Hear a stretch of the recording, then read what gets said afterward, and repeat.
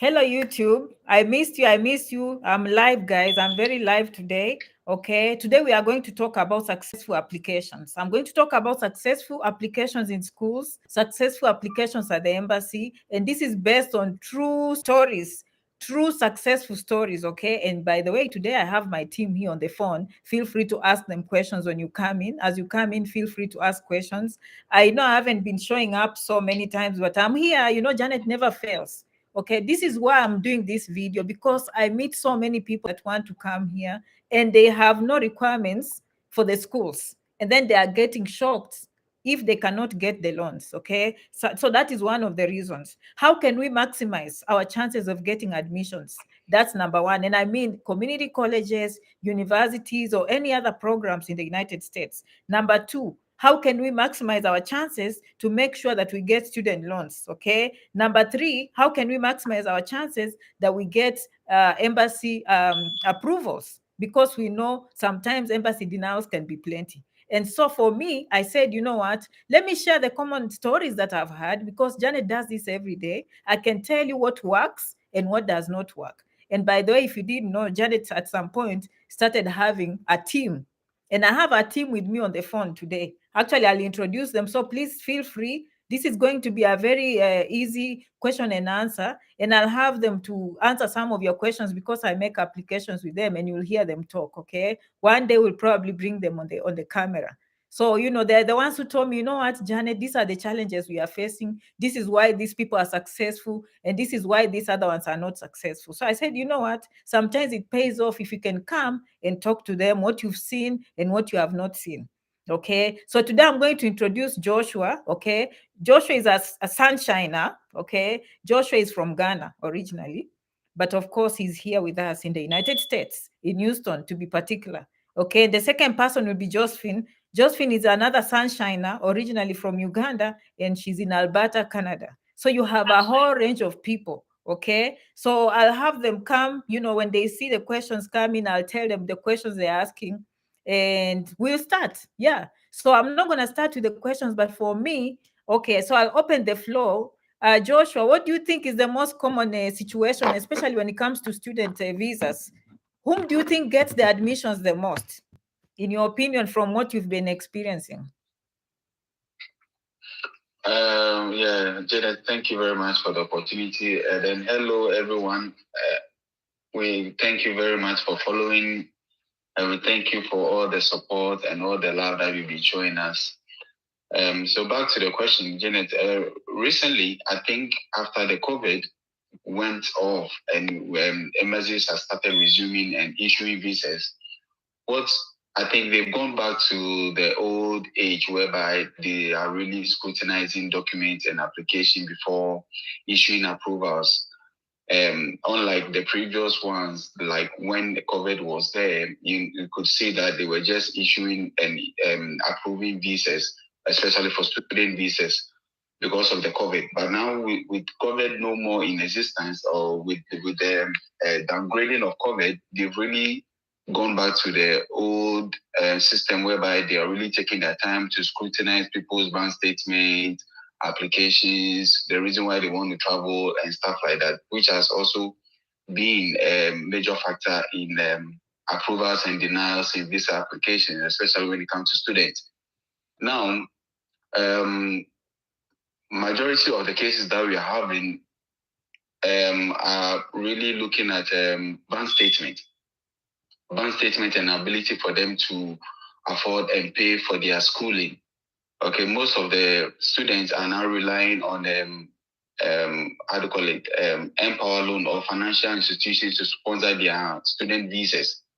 And with those ones as well, with the financial institutions as well, they are also looking at students who are good in education, like have higher GPAs.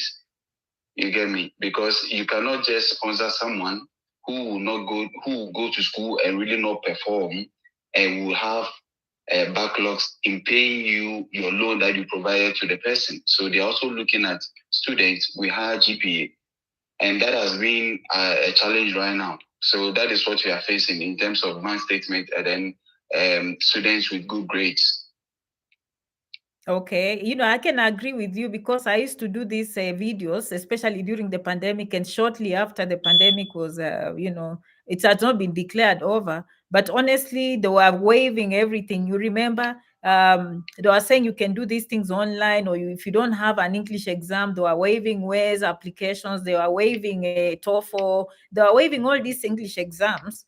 Okay, so they were, easy. Admissions were very easy. And then afterwards, I realized that now they were starting to tighten. So that is one thing we have to bring. And Joshua, you're very right. Thank you for bringing up that situation right there. It's very true.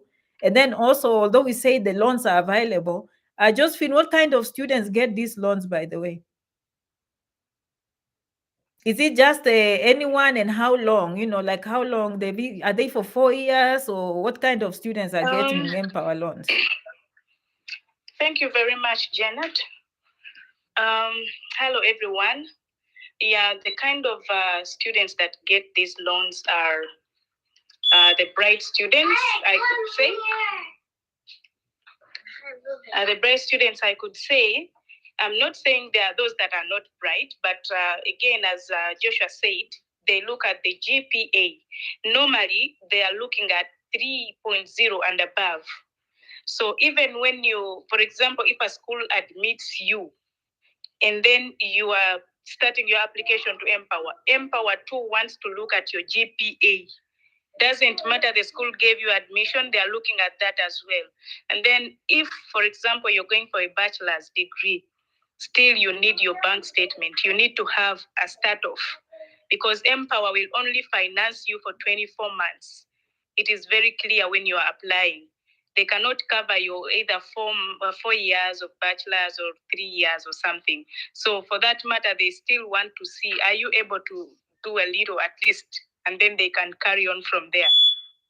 And by that, Josephine, do you mean someone who is applying for a bachelor's degree, are they willing to sponsor at least 2 years and you do 2 years? Or what do you mean that meet halfway? Who are these students? Are these master students? Are these bachelor of whatever, first degree students or PhD students? Mainly Empower.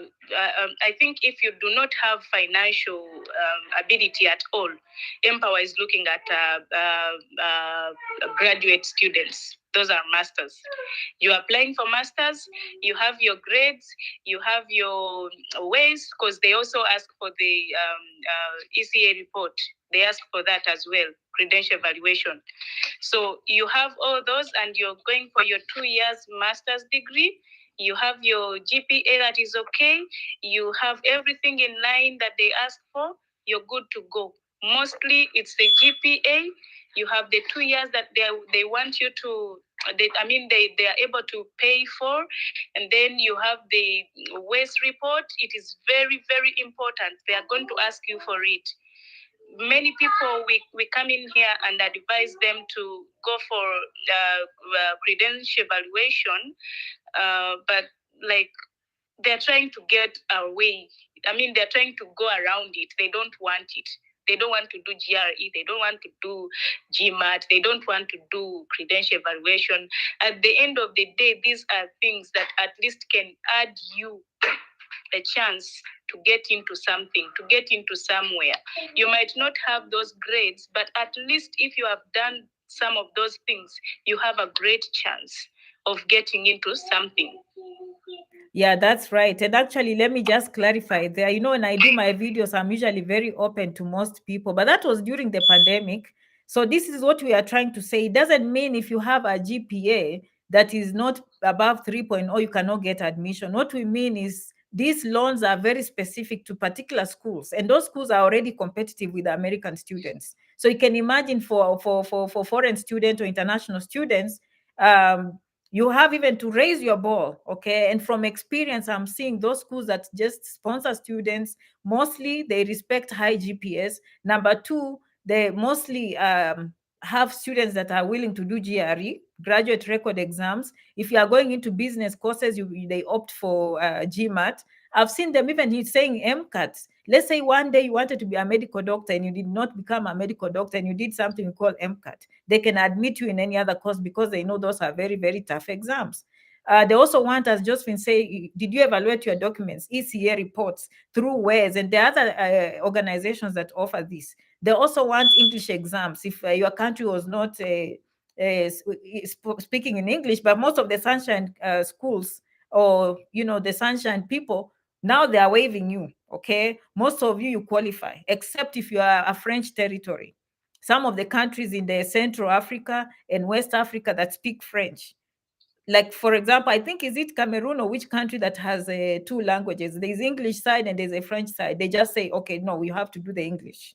Okay, but let's say Nigeria, Ghana, Kenya, Uganda, Tanzania, if I'm Botswana, Zambia, those ones, South Africa, of course, they don't require English. So English we can get away with. But what I'm seeing, these schools are very competitive and they are taking students who have WES and they are taking students who have made an effort to do a GRE at least. Now, if you do not have all these things, of course, don't get me wrong. If you come to us, probably we'll find your admission, but it might not be an Empower school. And that is the difference. Am I saying the truth, Josh? Yes, you're saying the truth. Yeah. You might get to your school, but it might not be Empower supported. So with that one, it means that the client or the student will need to sponsor him or herself financially. Yes. And of course, they don't, in some few instances, they say they can sponsor community colleges. And me, this is what I'm thinking. Of course, what we didn't mention is they tend to favor STEM courses. Okay, so they don't sponsor every course. Let's say I've seen people went for international studies, something they gave them a hard time. I think things like what communication, some of the social sciences and the arts. Yeah. So we have to know which courses they're actually sponsoring. And I think, what do you think their thinking is behind not giving everyone? Why are they picky on the people they are giving the loans?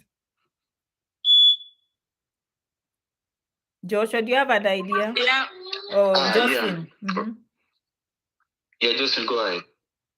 Yeah, the bottom line here is these courses that they are looking at so much to give loans are courses that are easily marketable. They know once you're out there, some of these students, even when they are still studying in their final years, are already working and able to pay. Although you do not start paying the loan before you finish your education, you just start paying after you graduate. So they know when you do these STEM courses and they sponsor you, definitely, by all means, you're going to get a job. You don't even need to go back home. You'll get a job in America and start paying off their money. So they don't want to give you a loan if you're going to do international relations and diplomacy, if you're going to do, is it communication studies? They're looking at these courses as courses that are hard to get something to do in their country. So it's not easy with such courses. That's why they're looking at the STEM courses. And now actually someone is asking what is STEM, and STEM stands for science, technology, engineering, mathematics. And wait, before you say, oh, that is too much. No, STEM has thousands. If you go to the State department, you'll see thousands of courses. I had someone that just finished financial analysis and he has a company working already, and he's getting 3 years. If you didn't know, STEM used to be 17 months of OPT. That is optional practical training. That is after graduation, they give you 17 months to work anywhere in the United States. But now STEM, they increased that because there is a need. So now if you graduate in one of the STEM courses and don't just stick to science, technology, engineering, and mathematics, I've seen forestry, data analytics. So you need to go through that list. Do not talk yourself out of that. Okay, we've seen people doing many, many courses. Okay, but mostly those are the courses they are looking at plus more. Okay, now when you finish with STEM, they'll give you 3 years. Other ones, I think, is still 1 year of OPT. But regardless, if you do a good course, of course, if you take nursing, everyone will take you. Okay, if you take any medical course, if you are taking medicine, if you're taking pharmacy, if you're taking dentistry, I think veterinary medicine, wherever, the tougher you take, the more they'll give you loans. Okay, and Joshua or Josephine, do you want to tell us how much they offer when it comes to loans when you ask them? Joshua or Josephine, how much are they giving for the loans, to the loan from experience?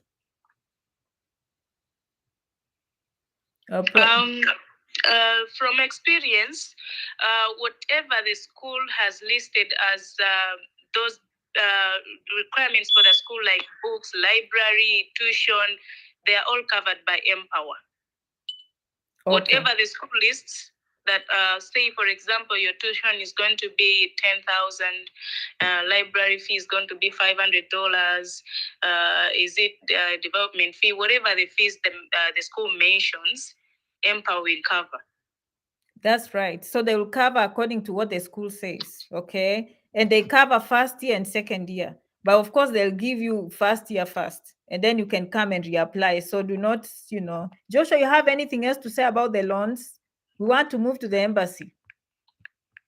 Yeah, with the loan, like Josephine says, normally when they give you your I-20 or admission, they give you approximately how much your tuition, feeding, books, library, and all those things are going to cost. So that is the money that Empower is going to sponsor.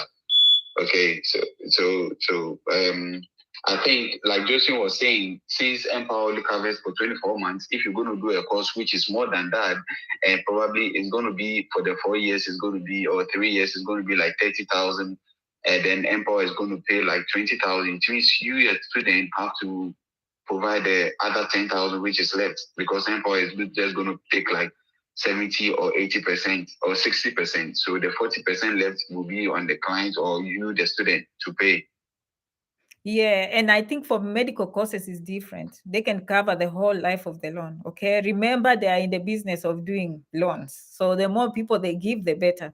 I can't think of any other opportunity. By the way, this is my team. If you are joining in, we have Joshua. Joshua is in Houston, Texas. He's originally from Ghana. And we have Josephine. Josephine is in Alberta, Canada. She's originally from Uganda. Of course, we work together and we do consultations together. Anytime you see Janet saying janetrangi67@gmail.com, when people come with questions, this is the team they meet. So we always talk together. And some of you probably are listening. You've listened to Josephine, you've listened to Joshua, very experienced. Actually, they have experience working in the airports for a long, long time. Sometimes I learn a lot from them because they've seen all kinds of visas. Okay, so they bring a wealth of information to this team, and they are very, very excited to be here. Okay, now I don't know if you have any questions, we can ask them.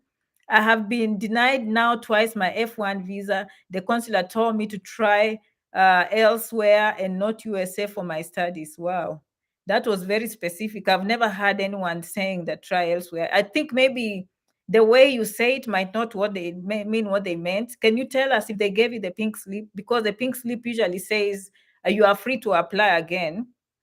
So I've never had that one, but I've had them ask questions like, why did you choose America? Why didn't you go, let's say, to Uganda? Why didn't you go to South Africa? Did you look to other countries? And some people misunderstand that. So just let us know if you're sure that is what the embassy meant, okay? Because that is not very nice, okay? But good luck. And also I've seen people, okay, who come to us and they do not they come here and comment and they say they've been denied 4 times and they never changed anything. Okay, so all right, so we're gonna move. I'm looking at the comments. Okay.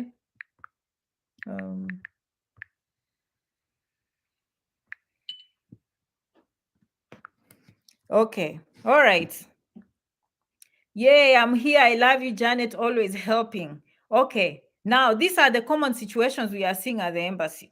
Okay, for me personally, I feel like a strong financial statement. Of course, having those loans, we have a lot of success stories for people who go and they are backed by a loan and they're not saying uncle, auntie, okay, is the one giving a financial help. Okay. So maybe I'll also, Joshua and Josephine, you can share with, and then I'll come in what I've seen personally. This is based on experience, guys. Okay. Someone says, hi friends, how can I apply when I'm not in USA? Okay, you just keep watching Janet Rangi. You keep on subscribing. And by the way, thank you for 50,000 followers. I had forgotten. If you haven't subscribed on this video, please, the whole thing, just carry your finger slowly and just go and say subscribe. That's all you need to do. Support the channel, okay? Thank you so much. 50,000 strong. Next step, 100,000. It's because of you. Thank you so much for subscribing. Joshua, you have any tips for the embassy? What have we been experiencing? Yeah, recently to most of the students who go for visa interview really do not prepare before going there. They just go there blank. Okay. The fact that you've applied for school, the fact that you have your admission letter, the fact that you have Empower support or financial support doesn't mean it's an automatic that it's very automatic that they're going to give you the visa. You also have to prepare yourself. You understand? You're going to do a master's degree. You need to know the course that you're going to do. You need to know how to call it, why you selected that school. You need to know the reason why you are not going to school in your home country, but you want to travel all the way to another country and go and study. All these things, you need to back yourself up with it. Now, mostly with the U.S. consulate, they are really not going to look at how to call it, the documents or paperwork that you're going to go to. It's based upon your confidence and how you are going to answer questions. Okay, that is when they know that, oh, really, this person is really prepared for what he or she is going to do. And then some of the students who also, they really don't plan from now till they want to start school. Yeah, like someone probably, let me use an example. Someone might come to Janet and say, okay, Janet, I want you to help me to get a school or whatsoever, but I want to start schooling in the next 2 months. This is not really a good planning. You understand? You cannot just stand up and then just go to school. You need to plan ahead of you. You understand? It takes time for you to apply for a school, for the school to get back to you and give you admission, for you to prepare yourself, get your documents together, fill the US visa application or student visa application, then get appointment, go for the appointment, pass your appointment, prepare yourself, pack your documents and pack your bag before you travel, which doesn't take a month or two. It takes a long time. So if you don't plan yourself such that you put all those things in place before you get to the embassy, you get to the embassy and you are totally blank. At the sight of the consular itself, it's even frightening. You know, just standing in front of someone who is standing in the gap of you and your future, it puts you in a state of fear. So if you don't also plan, then it means you totally get blank. So immediately they start asking you questions, then you start fumbling, and then that is when all this fear and all these denials come in play. That is very true. That is very true. I think most people come with expectations. Okay. I've seen people come with expectations. I just want to be in America in January. I just want to be in America in March. And preparation is very, very important. And I know we do a good job because we are competent, but also we have to go by the rules. We have to follow the protocols. For example, if our university doesn't come to us within 4 weeks, it's not us. Okay. So understand when you're planning, put in the time it will take for the university to respond. And so some departments probably meet once or twice a month. So you find that when you start the process, the first week the student is already asking. Okay. And mostly the student has not put in any effort. Probably they've not done any English exams, they've not done any GRE, no preparations whatsoever. So the expectations are not matching the preparation. And if you don't put in the effort, the embassy can tell. That's why there's a very common question at the embassy: how many schools did you apply? And I think what they are trying to target is, are you just someone that was hurrying and you just want to go to America? That means your enthusiasm is too high. Because someone who has goals in life, they plan. Okay. And they can read that. Trust me, they can read from your language, how you're talking, your enthusiasm. Okay. So if you just show up and you say you apply to one school, okay, they are questioning really. Was this the cheapest school? Was this the most cost-effective school? How did you just align with this? Your goals just aligned with one school when you have thousands and thousands of options. So preparation, I agree with Joshua. People are in much hurry, but we've not put in the effort, but we expect a lot out of it. And so when the results don't show up, we are disappointed. Okay. That's not to say, honestly, Joshua, you've been here, Josephine. We get admissions the first time, don't get me wrong, but with Empower and the schools that offer loans, it's tough. We are now starting to screen clients very carefully and just be realistic from the word go. Okay, like, you know what, you fit here you don't fit. Okay. And also, what else, Josephine? Do you have anything you're seeing at the embassy? I think Joshua had a good point about preparation. and just being in a hurry and not giving it time, because after admission, maybe we are waiting for the loan. Once the loan approves, then we have to go to the embassy schedule. All that is time. All that is time. And you can never force a university to respond in 2 months. And just before I forget, the way we explain to people, how long will it take? I just tell them, let's look at the semester. For example, now we are in December. No one is admitting anyone in January, obviously. So the next semester is going to be the spring. Some people call it winter because it's starting in January. Winter or spring semester, okay, which is going to start around, for summer, it's going to be May, and then June, and then for fall, it's going to be August and September, okay? So we are looking starting from May, which means you can be in America as early as April if it's for the summer, okay? But that is the next semester. So what I tell students, look at the semester. So if you're applying the next immediate semester, which is May, then obviously we should hear from the school around March, because they want to give us enough time preparation. So go with those deadlines of the schools instead of, maybe having pressure on yourself. Oh, they are not responding. No, they will respond. They have other students. They have maybe limited staff. Another thing, I used to make a mistake. If a client comes and says, I'm not in a hurry, I'll be ready next year. I want my daughter to grow, and then when the father is done, and then we'll be ready, blah, blah. And I would listen to them, and I'll go and apply the semester they asked. Guess what? When the school receives, they just say, okay, we'll put aside. They start working on this semester. And now the client is like, Janet, it has taken too long. I don't believe I learned the hard way. So what I do, and I'm advising you to do, is good just to apply the immediate semester if you're in a hurry. And then if you don't get the embassy appointment or something, you can always ask the school to push. Okay, so I never listen again to clients who say, next year. No, I apply today because you cannot stand the pressure. Okay, I hope you're learning if you're coming in through here. Okay, Josephine, you had something to say? Maybe not. Maybe not. Joshua, you have something to say when it comes to the embassy? Yeah. Oh, Josephine. Janet, I'm here. Yeah, just to emphasize what you said and what Joshua has been saying, our clients need to be realistic. You do not expect to get a school, get the whole process done, and fly to America in just a period of 2 months or 3 months. Let me say, because roughly, if the school takes about the shortest time, say if they take about 3 weeks, the shortest time I'm saying, to get back to you with an admission. Actually, they don't normally come with an admission immediately. They come back and ask for something. Then you have to submit and then wait around a week or something. Then they'll ask for something else.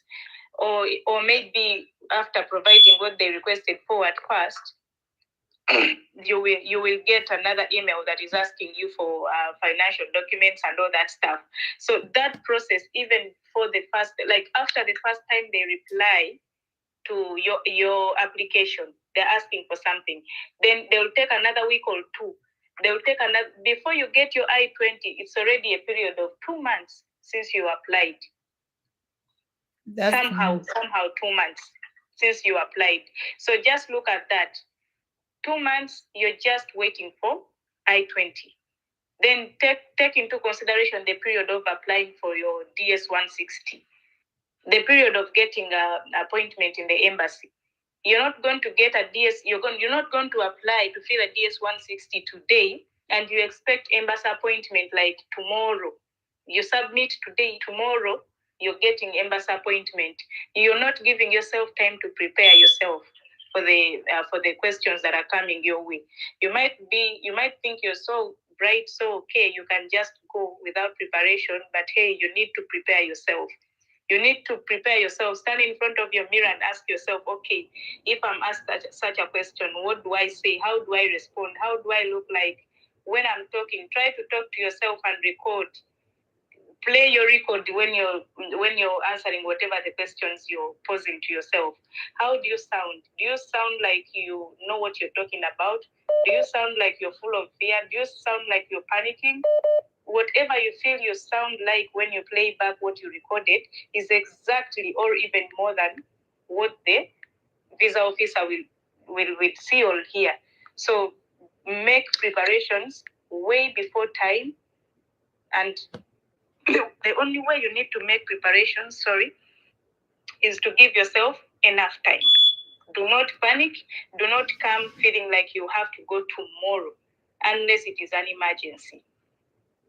You know, I used to tell people to go in front. Thank you, Josephine. In front of the mirror, and you said a very important point. Record yourself and see how you sound. And that one I've learned the hard way. There are some clients who are just too good. They are too smart. And I'm like, this one doesn't even need preparation. So I give them the tips. Oh, no. Oh, no.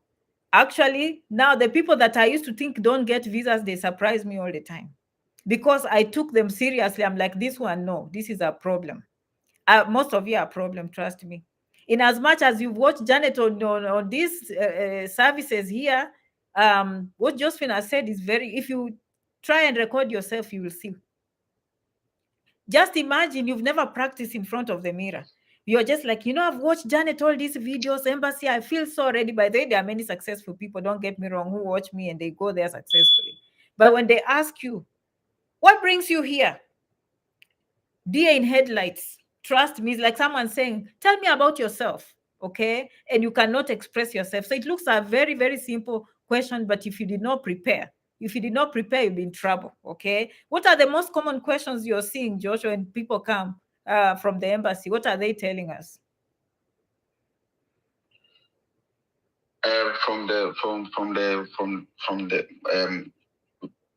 think recently what we had was someone saying, why how many schools did you apply for, which is one. And then they also ask them, who is sponsoring you?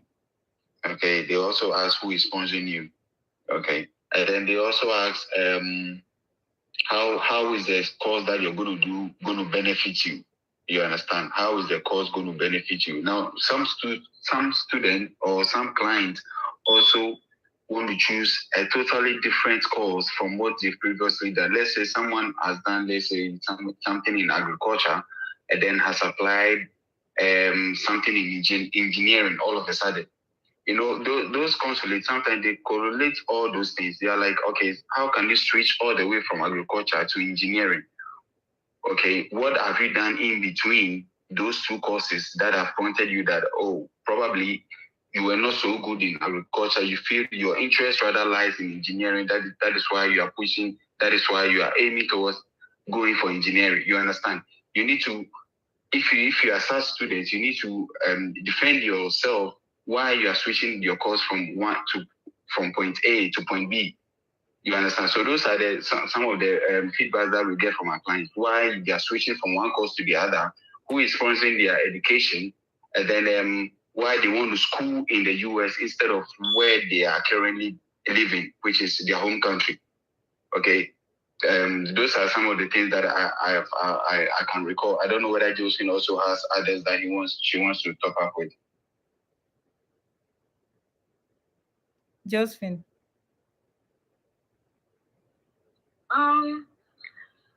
Mainly those are the main things. There must be a reason why you switched from say a social worker to an engineer. There must be a reason. Probably in between, your line of employment has been in that engineering or whatever you want to switch to. That is the reason enough. It is reason enough for you to do what? To go and study in that field. But if there is no any connection, you must be able to give valid reasons. We cannot say that it's not possible for you to switch like that, but hey, there has to be a reason that is valid. You have to give a reason. You have to reason them out. You have to explain yourself. And once you're there, I mean, the way you explain yourself also matters. Do not look like you're being interrogated. Just be easy. Some of these things don't need to be asked. Just speak softly and continue with what you're speaking, and things will flow slowly. Don't make this person look like they're interrogating you or what. I mean, the way you present yourself also matters a lot. They ask you a question and you say, no. No alone is not an answer. It might be a no, but why a no? say no. You cannot even start with a no. Say it's A, B, C, D. So definitely what you speak means no, but it has given the reason to a no. I mean, somebody doesn't have to ask you again, why no, why this, why that. That's true. So many things. Yeah. That's very Yeah, true. exactly. When like for instance, let me use an example. Those days I used to work at the airport. You understand? When someone is traveling, we used to interrogate the person. Why are you traveling here? What are you going to do there? How did you get your visa and stuff like that? Don't let your question, don't let your answers be a straightforward answer like yes or no, yes or no. If that happens, like Josephine said, the conversation, it should not be a conversation, it should be like an interrogation. Okay. Put this, make it lively, make it let the conversation be like how to call it, a friendly talk. You understand? Don't let your answer, like Josephine is saying, don't let your answer be yes or no. Are you traveling to US? Yes. What are you going to study? Masters in engineering? Yes. No. Don't let your questions be that way. Don't let your answers be straightforward. Okay. Make it a conversation so that even I've even witnessed some clients whereby the way they answer the questions, the consular even changes the topic. Then they become personal. They're like, oh, so how is your family? Oh, so how is your mother? So you said your mother sponsored this. Your mother is the one going to sponsor your education. What does your mother do? You understand? They've switched the topic from student visa application to rather being personal. You understand? All because of the way the person responds to their questions. You understand? But if you go straight forward, they are interrogators. They are asking you questions, and then you are just answering them as per what they are saying. It will be like an interrogation. It will be like a banter. They ask you answer. They ask you answer. Don't let the conversation be that way. Let it be friendly. Let it be open. Give an open answer. Don't give a closed answer. Yeah. And you're listening, we are mentors. All of us have been through that embassy. We've lived in America, so we know. So I hope you're learning a lot from what they are saying. I had to bring them. If you're joining us, this is Joshua. Joshua is originally from Ghana. He's here with me in the United States. He's in Houston, Texas. Okay, and we have Josephine in Alberta, Canada. She's originally from Uganda. So, we have the experience. And what I liked from Joshua, and he said, defend. Okay. Some people just walk away. And what Joshua means by interrogation, and Josephine says question and answer, you're making it look like you're expecting a quiz.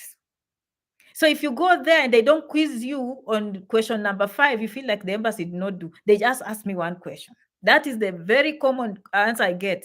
They denied me and they were just asking people only one question. Okay, you did not go there for a quiz, and there is no guarantee that they should ask you these questions. You understand? Like me, as I've given my example before, the title went somewhere else. The embassy was telling me stories on how they went to surgery in Aga Khan Hospital. How did we end up there? It means I was warm, I was striking a conversation, and we had stories and we had fun. But if you think like the first question will be, good morning, good morning. Can I have your passport? Yes. And what brings you here? Blah, blah, blah. Practice will practice like that. But in reality, it's you who can even lead. I like how Joshua said it. You can actually lead the conversation to something else. And then before you know it, the interview is over. Okay. Josephine said something about just be easy. Okay. Most of you don't prepare, honestly. I'll be honest. Preparing to watch videos is the content. You know the law. You understand what the embassy is looking for. But you as a person, how are you presenting yourself there? Okay. So that's the most common I hear is they ask me one question. Okay, it's because you're expecting a quiz rather than defending yourself. Josephine once told me they need to know how to talk themselves out of the problem. I couldn't agree anymore. So this is how you look at it. When a question comes, it's not a challenge. They genuinely want an answer. They genuinely want an answer so they can type and explain to America why they gave you that visa.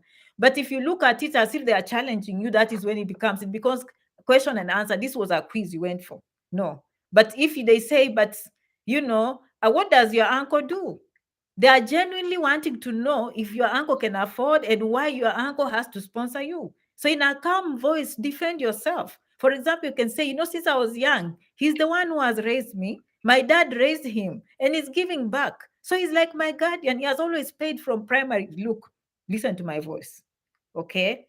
Okay, I just caught myself.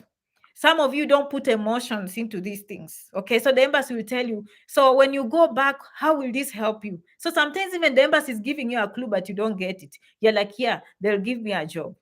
Okay, you don't bring the emotion out. Okay, you don't explain why. Have a conversation from your heart. I was listening on one of the forums and someone said they went there and they say, you know what, I want to end poverty in my family. I know when I get this student visa, by the time he was done, the embassy was crying. Do you get it? Do you get it now? Do you know the embassy is the one who was clapping for him? I'm rooting for you. I want you successful. I wish you all the best. Do you get it? And you are going there and saying question and answer.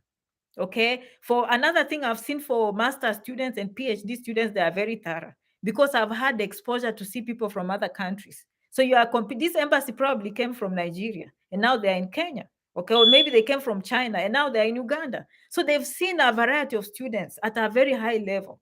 So if you ask the students, why this school?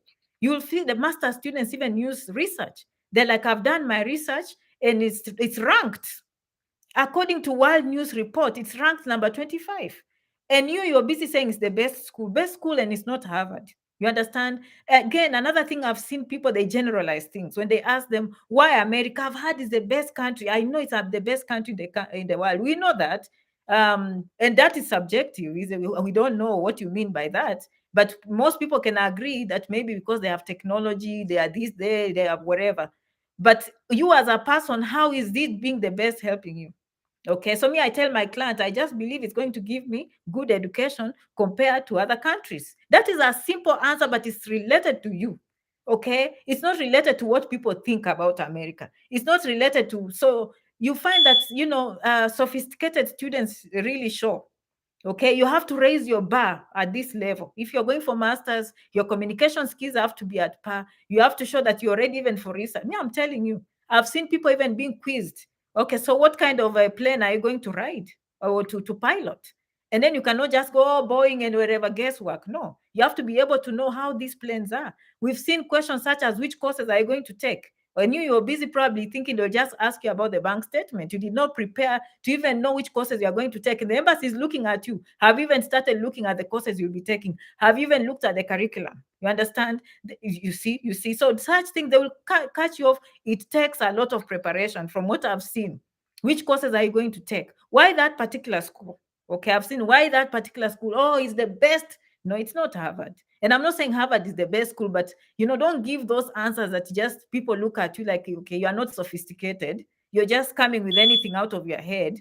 Okay, so be sophisticated, to be quite honest. Be careful what comes out of your mouth. Does it make sense to you? And as Josephine said, if you tap those things and listen to yourself, you will see that there is a big problem because them is their first language. For us, most of us, is second, third. So for us, when we talk, we understand each other. To them, words mean something.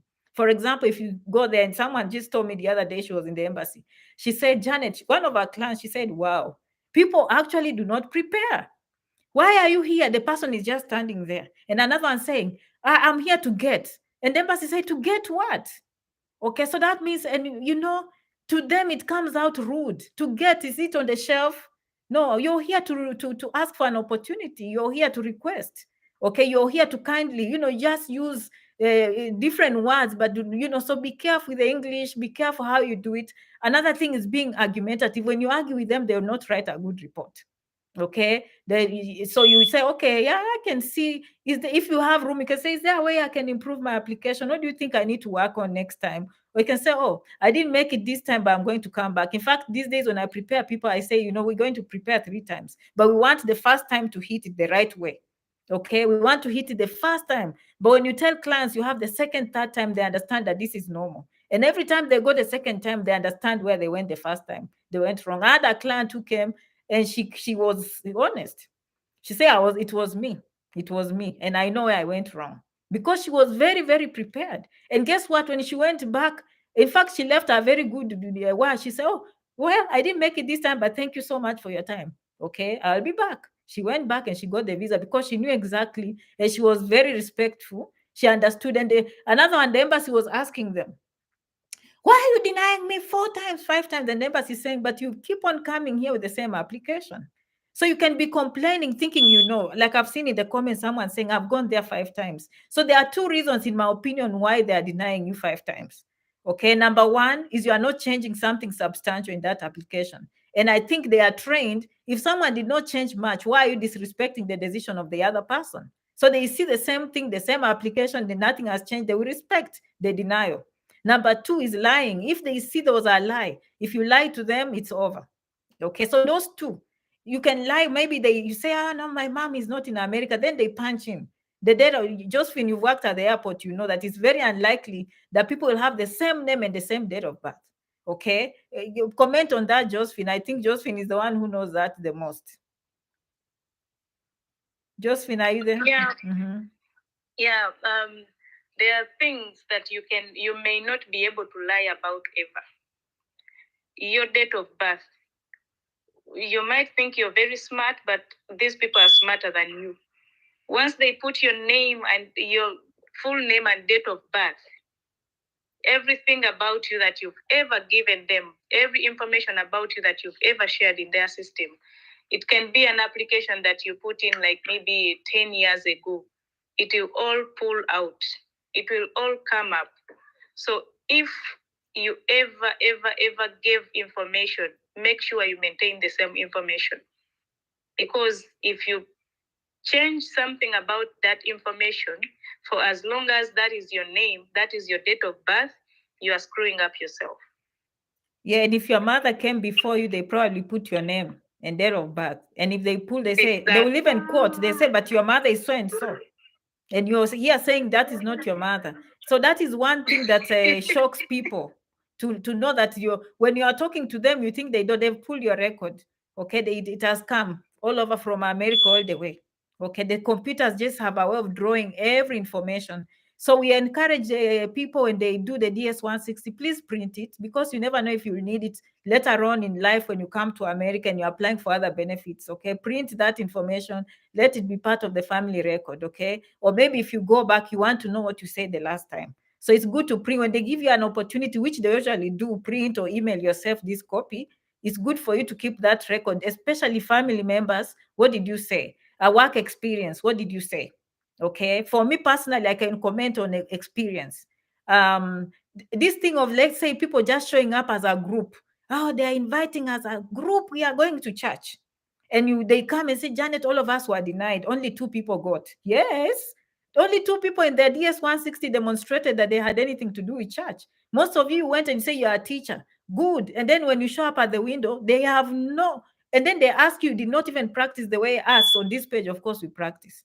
Okay, you have no clue why you are going to that church service or why that church, and the person that God probably put in some experience in church, maybe youth service, maybe counseling or something. So there's a relationship clearly why they are going to that church. Okay, and I sorry to say this, but usually that's why I always say, it's good to work with some of us who know these things. And like, there are people who organize, especially they're from the Sunshine Continent and they organize. Nothing against people from the Sunshine Continent organizing these things, but I will not risk going with us. Okay, I've seen people saying, oh, we have this conference here, we are organizing. Okay, I'm not saying they trust their own, but me, I would go for a pure American organized event.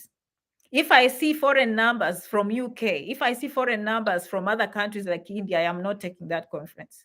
Okay, so it's good to use verified sources, credible organizations. But for the most part, it's not about the conference. It's not about the church. It's about you, what you present, and the ties you have at home when they are looking at you. When you're striking that conversation, who are you? So just be easy. Just be easy, okay? So for those who are joining us late, of course, we have our team here. If you want to talk to Josephine, Joshua, myself, of course, these are the people you meet when you come to janetrangi67@gmail.com. Now you know. Okay. So I'm going to give you a final word, Joshua and Josephine, if you have anything to say. If you came in late, we started with student admissions. Go back to this video and start all over again. We also talked a little bit with the embassy. The more admissions we do and the more experiences we have, we'll be coming and sharing with you. We have experience. We've lived here. We understand these things. And we are here to mentor and share our experiences so that even you guys can be successful. Okay, Joshua, Josephine, if you have any final words you can say. Okay, let me start with myself. Okay, just a word of encouragement to encourage all of them not to give up. They shouldn't give up. If you've gone to the U.S. consulate for once or twice and they've denied you, it is not the end of your life. Okay, it's not the end of your life. Let me use myself as an example. The first time I applied for US visa, I got denied. You understand? And then I took what they told me into consideration. I went home and I did my homework and I came back again. Okay, and like I don't know whether you guys have been following Janet, but they asked me what has changed from your last time, from the last time you were here till now. And I told them that, yeah, when I was here the last time, you guys told me to do A, B, C, D. I've gone back and I've done my homework and now I'm here again. That was the only question that they asked me. Then they gave me the visa. You understand? So like Janet was really saying, when you go for the interview and they are asking you the questions, please don't forget. Just make sure that every comment or every advice that they are giving you, you remember and then you keep it in mind when you go back, or probably when you go back, you work on it and then you come back again. Let's say, for instance, they denied you based on your bank statement. You go back, you work on your bank statement, apply for another school, then come back.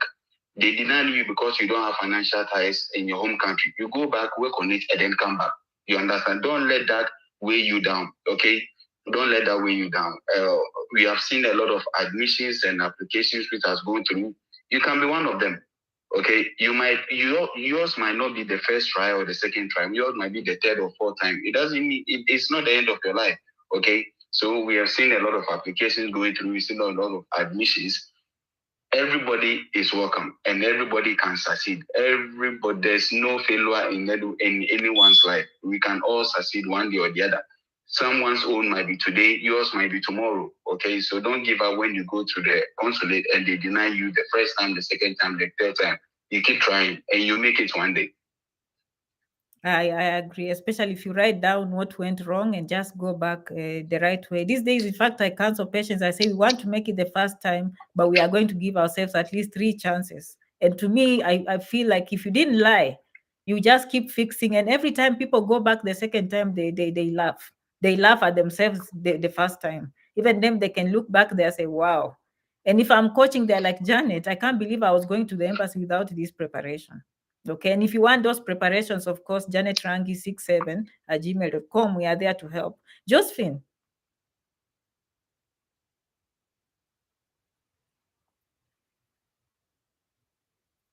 I don't know. Josephine, maybe she went somewhere else. Yeah, so guys, thank you so much for coming today. We'll be coming with the team all the time. I don't know, Joshua, I can look at the most common questions. I'm not going to keep there. Rachel is here. Rachel knows all of you. She's saying hi. Shiko, Joshua is here. Lizzie. Most of our clients are here, actually. Claire is here. Okay. Gardner wants to come. All of you that want to come, you can always go to the email janetrangi67@gmail.com. That is where you'll meet Josephine and Joshua. Now you know why I don't come to the inbox. Now you know why I don't go to all these platforms. So you listen when I say janetrangi67@gmail.com, it means Joshua is in those emails. It means Josephine is in those emails. It means I'm in those emails. Okay. We have so many people helping you, answering your questions. And usually we can design for you a plan. We look at you, we look at your education, we look at your family, we look at your age, and we just say, you know, you need A, B, C, D. And that is what people coming for the consultations are getting. The whole assessment: family, husband, wife, children, education level, age, the kind of education you have. Is it STEM? Is it sociology? Is it psychology? And we tell you, no, for you, I think it's J1, and this is why. For you, I think it's student visa, and this is why. For you, you need a loan to go to school. No, for you can self-sponsor yourself. For you, qualify for the church. For you, you can be invited by a friend. Or for you have a previous travel. This is the opportunity.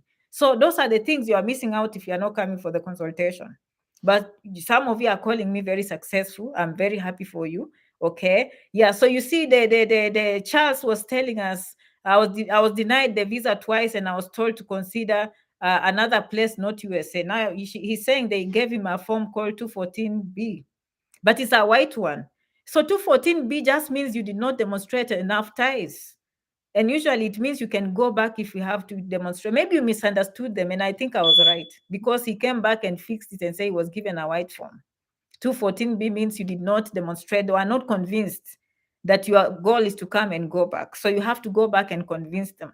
But that question is very common. Why America? And some people misunderstand and say the embassy told me not to go to America. I'm not saying that's what happened to you, but I think that is what is happening, because they want to know, did you try any other country that is cheaper? Did you try a neighboring country that you know it still has that cost? Okay, and most of the time, if you are prepared, you can give. That is a very easy answer. Most people have dreams and desires. They believe they'll get their best education here. You understand, compared to others. So you cannot despise. Oh, yeah, I didn't like the healthcare system here. No, no, no. You cannot say such things. You can only give credit why you believe it will be good for you. You have to have dignity for your own country, respect for your own country. Okay, you can imagine meeting a family person who is just despising his own family. No, it cannot be like that. No one will respect you if you are despising their own family. Okay, so you just say, yeah, the opportunities here are here, but they are not enough. And I just feel privileged that America has given me this chance. I believe America has always second chances. Josephine, are you back? Okay. When let's see. Okay. Yes, I'm here. Yeah, do you have any final words here? We let them go. Yeah, the only thing I can say is that don't give up. And even after trying so many times and things don't seem to be working out, it's not the end of life. It's not the end of the world. Life has to continue. The moment you have that mindset in you, even if you go and fail, you still move on. You don't mourn for so long. We see people getting so disappointed. They give up on everything. They can't even eat. They get sick. Come on, that's not what it is supposed to be. Yeah, but the most, that's all I can say. Oh, thank you so much. And most importantly, go back. And they give you that paper and they welcome you back. And this thing of how long does it take before you go back? They used to say 6 months, not necessarily. Although now, if you don't wait 4 months, they have to consider people who are applying for the first time. You know what I mean? Like you can't go today and then next week you go back. And there are people who've been waiting for years, so for months to get in. So right now, even if you want to go back, I think for people who are trying to go back, they kind of block the system until the 4 months are over, I think. Don't you think, guys? I think that's my opinion. That's what I've seen. Yeah, that's true. But yeah, they are blocking. At least you wait 4 months. But if the appointments are open, there's no time limit, contrary to what you believe. So if you know there was a reason that you had that you think they did not understand, or it can explain what has changed, definitely you're welcome to go back anytime. And yes, you're welcome to go back with the same school. So just know, what will you say that has changed? Is there something you omitted last time? And from the comments when you went home, you thought about it. When I went home, I thought about your questions. And this dawned on me that, you know what, I had this experience that I did not mention to you. So have something that you can explain to them. For me, I advise that change has to be obvious in the DS-160. So when they are reviewing, before they see you, they have to notice the change. Me, I have a feeling they go to that section and see previous today, and then they go face to face and say, okay, so tell us, why did you respect our decision last time, 3 weeks ago, 6 months ago? Okay, and if it has not changed, no, they are more likely to err on the side of the first decision. Okay, and it's your responsibility. Remember, this is not a quiz. Okay, this is not a quiz. This is something that you shall just go there and have a conversation and let them know who you are. Okay, so without further ado, Godwin says JJJ, 3 J's. Thank you, Janet, Joshua, and Josephine. Okay, Joshua, Josephine, thank you so much for coming in this session. I'm sure the subscribers are very happy. This was an anniversary. This was a 50,000 subscribers present. You see, Janet is very organized. I'm happy to bring the team when you guys supported us and we came to 50,000. So now our next goal is 100,000, and you're going to invite more friends, because we want to be your mentors. We want to encourage you. We want you to be just successful and come here the way we did. We've been in that embassy. We know what you are going through, and we'll guide you through. Nothing is impossible, okay? So guys, I will not go through the comments because we are reaching the 1 hour mark, but I love you. If I didn't mention your name, thank you so much, and we'll see you in the next video, okay? Thank you so much for coming, guys, and bye-bye.